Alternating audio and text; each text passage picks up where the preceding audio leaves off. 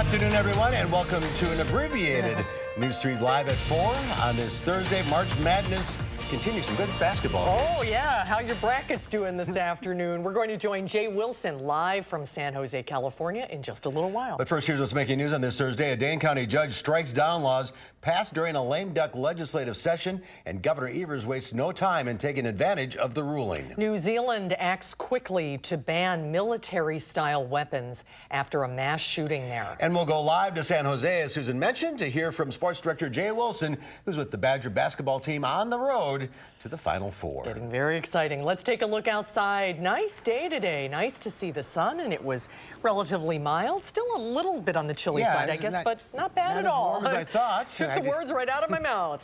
And Dave Caulfield will have your forecast coming up in just a little bit. But first at 4, a Dane County judge has blocked the laws passed late last year that limited the powers of the incoming governor and attorney general. Judge Richard Neese issued the temporary injunction this morning. Our Eric Franke is here now with what it means and how the governor is responding. Eric. Yeah, this order took effect immediately, Mark and Susan, and the governor and attorney general wasted no time taking action. Within hours at the governor's request, the AG, Josh Call, promptly filed a motion to get Wisconsin out of the ongoing federal lawsuit challenging the Affordable Care Act. Judge Neese's ruling blocks the enforcement of laws passed in that lame duck session in December, which included barring the governor from withdrawing from any lawsuits without legislative approval. Republicans are promising an appeal, which could put the decision on hold eventually. Governor Evers says the act preserves the state constitution. We don't view this as a window of opportunity. We think we're right on the issues, and clearly the judge made it very clear that the Constitution counts for something in the state. Now, here's part of a joint statement from Republican leadership. Assembly Speaker Robin Vos and Senate Majority Leader Scott Fitzgerald saying the ruling creates chaos and will raise questions about items passed during previous extraordinary sessions, including stronger laws against child sexual predators and drunk drivers. We will appeal this ruling. The governor and his staff say they'll also look closely at what the impact is the ruling might have on 82 appointments made by then Governor Walker that were confirmed in that lame duck session. Republicans will likely ask an appellate court to stay that ruling very soon. Mark and Susan, big news today, though. Yeah, it is. All right, thanks, Eric. You're welcome. The man accused of killing another man in Sauk County casino parking lot in January was bound over for trial this morning. Robert M. Pulvermacher was arrested in January for first-degree intentional homicide for killing 88-year-old Harold A. Johnson of Portage. Johnson's body was found in his vehicle parked outside the Ho Chunk Casino and Convention Center. Pulvermacher stood mute and as the court entered a not guilty plea on his behalf. New Zealand has banned all military-style firearms 6 days after the deadliest shooting in its history. The decisive action comes in response to the attack on 2 mosques in Christchurch that killed 50 people. New Zealand's Prime Minister said the new law will officially be in place by next month, but a sales ban is already in effect to prevent stockpiling. New Zealand will ban all military-style semi-automatic weapons. We will also ban all assault rifles. Time for the mass and easy availability of these weapons must end. Buyback programs will be created for people who already own the banned weapons, and gun sellers will have to return a wide range of products to suppliers. The ban does not include weapons commonly used by farmers and hunters, such as semi-automatic .22 caliber or smaller guns that hold up to 10 rounds. A ferry carrying families celebrating Mother's Day in Iraq overturned on the Tigris River. 71 people were killed, mostly women and children who struggled to swim in the fast-moving current with the river swollen from heavy rains. At least 55 people were rescued. An initial investigation showed that the boat had a maximum capacity of 50 people, but had been loaded with more than 100. The ferry did not appear to have any life vests on board, and the majority of the passengers could not swim.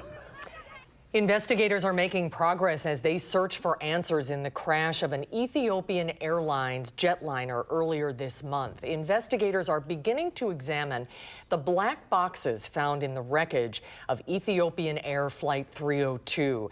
A team from the National Transportation Safety Board, the FAA, and Boeing is also on site as the investigation into the crash intensifies. The list of U.S. agencies demanding answers from Boeing and the FAA is growing, including the FBI. What did the FAA and Boeing know? When did they know it? And did they tell anybody about it, or did they hide that? 737 MAX planes remain grounded around the world. It could take weeks or even months for Boeing to add new software to its planes and for regulators to approve those changes. Several lawsuits have already been filed against Boeing in connection to the Lion Air crash. And new concerns about the air quality in Texas after a massive fire at a chemical plant that burned for 3 days. Officials ordered people to stay indoors after detecting elevated levels of benzene in the air. Benzene is a known carcinogen and can cause drowsiness, headaches, and dizziness if inhaled. The disaster happened in one of the most populated areas of Houston. The shelter-in-place order has since been lifted. Stocks posted solid gains as the tech sector rallies. The Dow Industrial added 216 points, ending the day at 25,962. The Nasdaq Composite Index was up 109, and the S&P 500 gained 30. Well, as the road construction season resumes, we have an alert from Rock County for you today. In Rock County, the interstate expansion project is expected to resume over the next couple of weeks. Adam Duxter joins us from our bureau at the Janesville Gazette with what to look out for. Adam? Well, Mark and Susan, drivers headed south of Janesville on the interstate can expect to see some orange barrels over the course of the next few weeks. Starting April 1st, construction along I-3990 will pick back up near Highway 26 and Highway 14 interchanges. And because of this, in certain areas, traffic will be shifted from certain lanes across the median to other lanes. And while the DOT says they know this can be a pain for drivers, they say it's a sign of progress. We went swiftly from winter and cold to the orange barrels and spring weather, but people, I think, are ready to see this change. It's been a long time in the making. We've been talking about these changes at Highway 26 and 14 for the past 4 years at least. And so now we're finally able to put the shovels in the ground and move the dirt to make that change. Madison says the best thing for drivers to do is to plan ahead, leave early, and eliminate distractions while they are on the road. And he says the DOT plans on lowering the speed limit in those areas as well, something for drivers to be on the lookout for. Yeah, slow down. Adam Duxter reporting live from our bureau at the Janesville Gazette. Thank you, sir. Thank you, Adam. When Live at 4 continues, we'll find out what's happening in the 608 this weekend. Our Emmy Fink has the lowdown on what's going down when Live at 4 continues. You're watching News 3 Now, live at 4.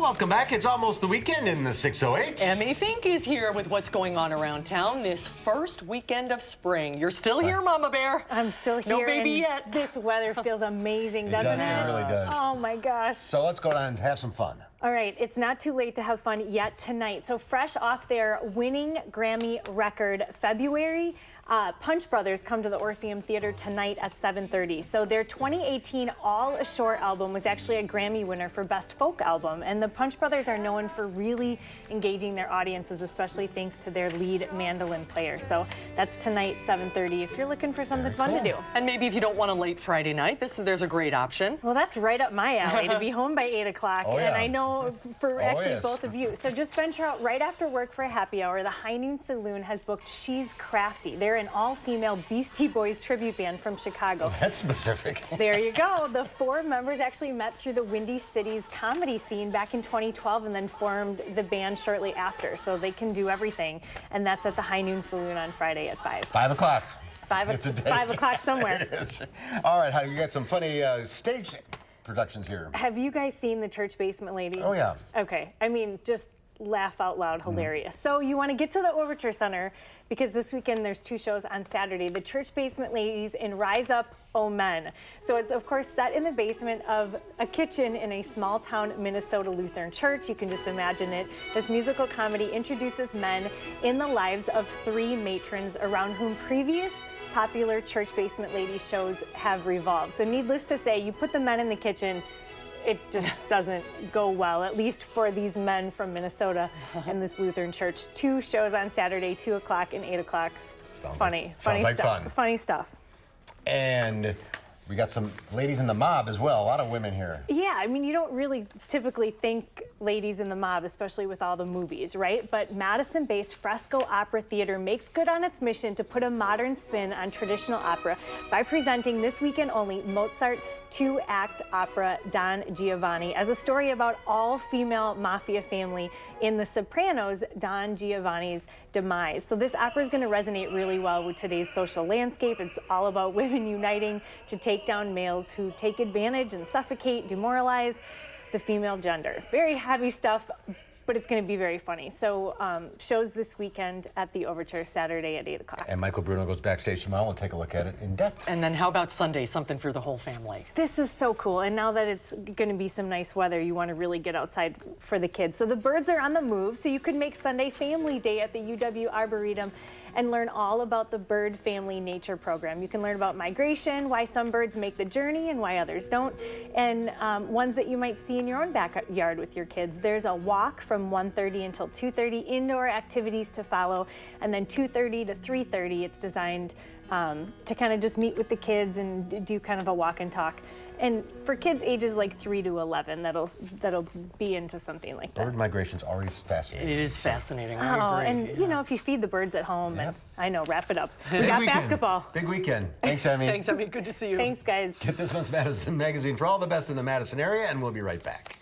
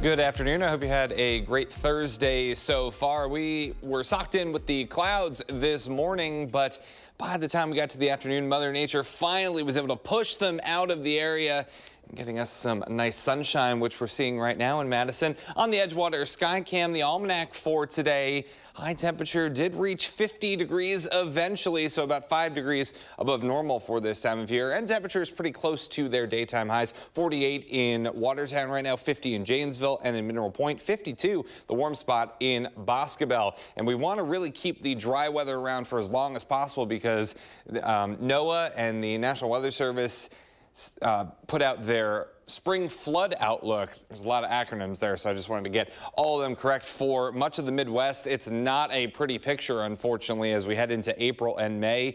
A lot of Wisconsin is under a moderate risk for moderate to major flooding, so that's not what we want to hear, especially when we still have snow closer to northern Wisconsin that needs to melt, and a lot of area rivers across the upper Midwest that are still pretty close to a flood stage, if not still in flood stage. So not the best picture. Unfortunately, we'll have to deal with flooding as we head into the next couple of months. It will be kind of that ever-present threat that we need to continue to look out for. So hopefully we don't get too much rain to add on top of that. But there are forecasts out there that just came out today saying above normal precipitation looking likely for the spring. So kind of a perfect storm of things that we don't want to come together to extend that flood threat for the next couple of months. Tonight, partly cloudy and cool with temperatures in the low 30s. A quick look at your 10-day forecast showing our next chance of rain, chance of showers arrives on Sunday with highs in the 50s.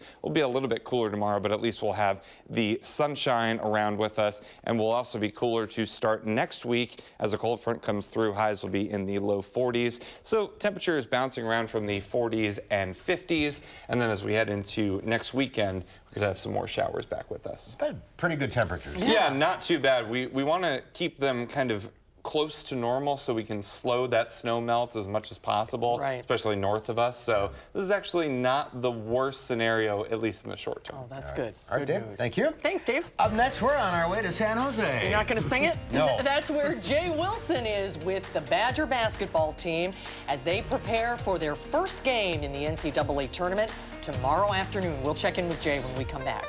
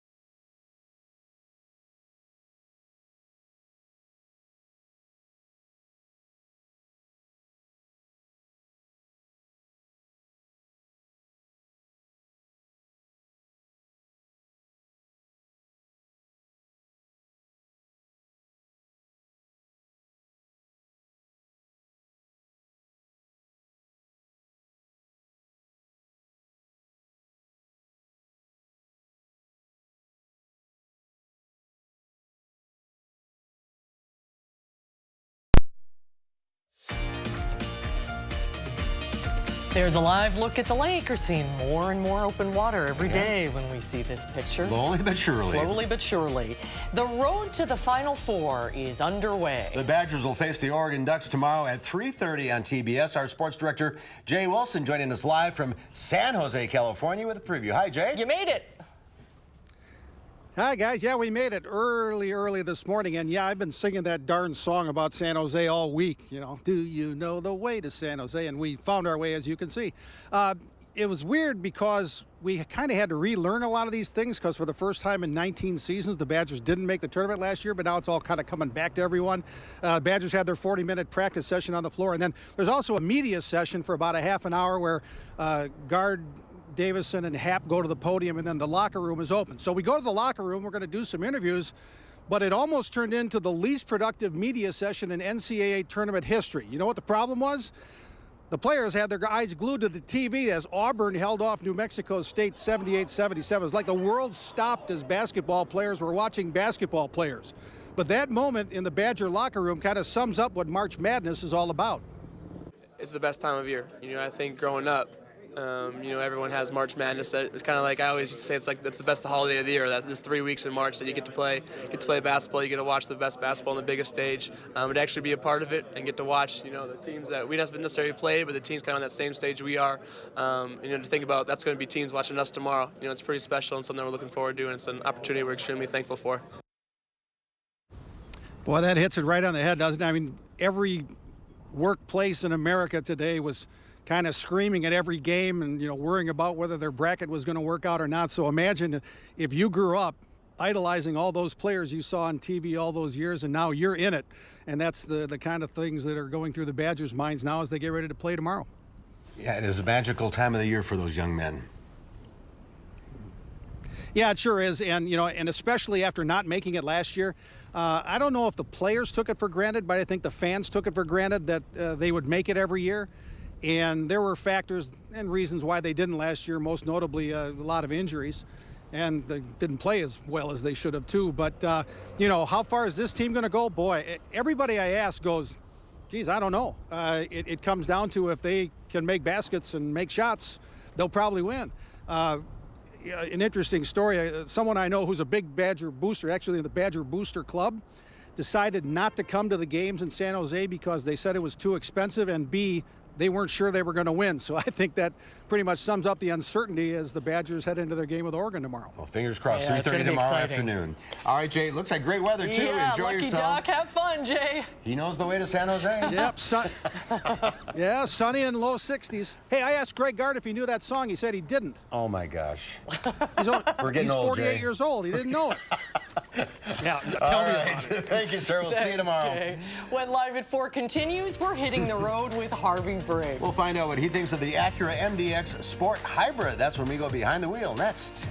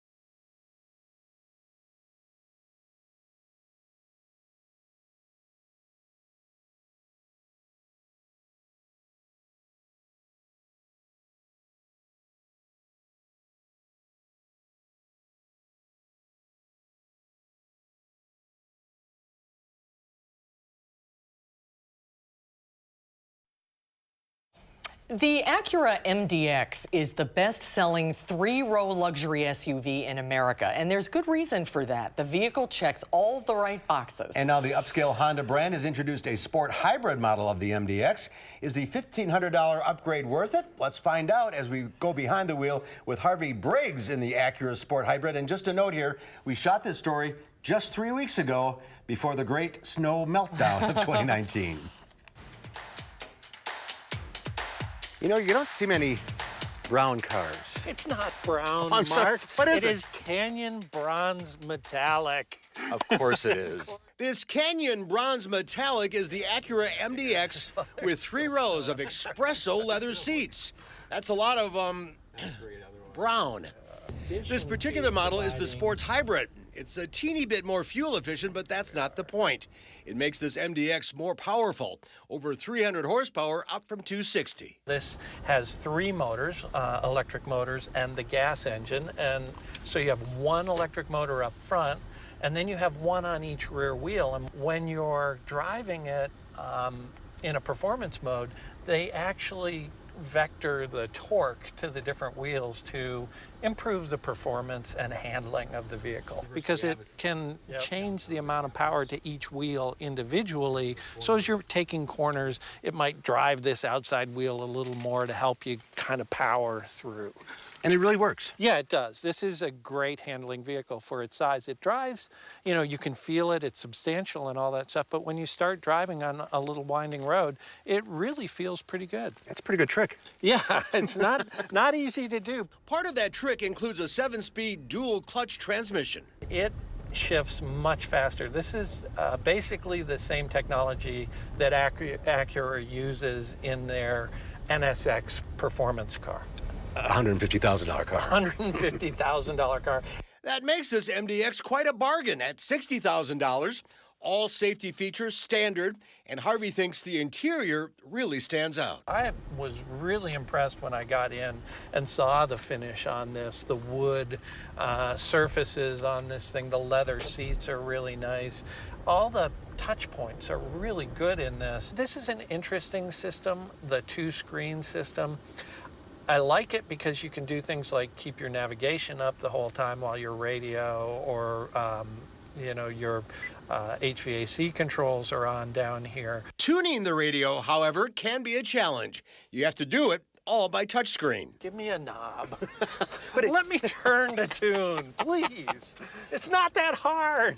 Deep breath, Harvey. Let's go back to the good stuff. So this is more performance than mileage. Right. This is, and that's what's happening with hybrids now. You're seeing, you know, when they originally came on the Prius, it was all about miles per gallon. Now you're seeing hybrids give you more performance for the same miles per gallon. So it's never going to run just on electric? Actually, it is. Right now, as we cruise along here, the tachometer is at 0 for the gas engine. So we are running full electric right now. I love the way this feels and drives. Is it worth $1,500 additional dollars? That's for you personally to decide. And you personally? Me personally? Yeah. I think so. And Harvey is here now. We didn't show the Harvey test, get you in the back row. Yeah, we didn't do that. It wasn't very successful. That back row is tight. It's meant for kids, not adults. But overall, you were kind of surprised by this. Yeah, it's a surprise. Yeah, definitely. It's a good handling SUV, and that's the thing that's happening more and more now with these 3-row crossovers. As they get bigger and bigger, the technology makes them handle better and better. And still good gas mileage on a hybrid. Yeah, for this with the hybrid, that helps it quite a bit. But it also, that one's more geared toward performance than mileage. And you like the Canyon Metallic. I love the color. Yeah. Yeah, I want to be a color namer in my next life. That's got to be fun. Yeah, we drove a VW today. What was it? It was habanero orange. Oh, that's coming up next, right? That'll be next time. Yes. All right, Harvey. Good to see you. Thank you. Thank you, guys. Ridesanddrives.com, and we'll be right back.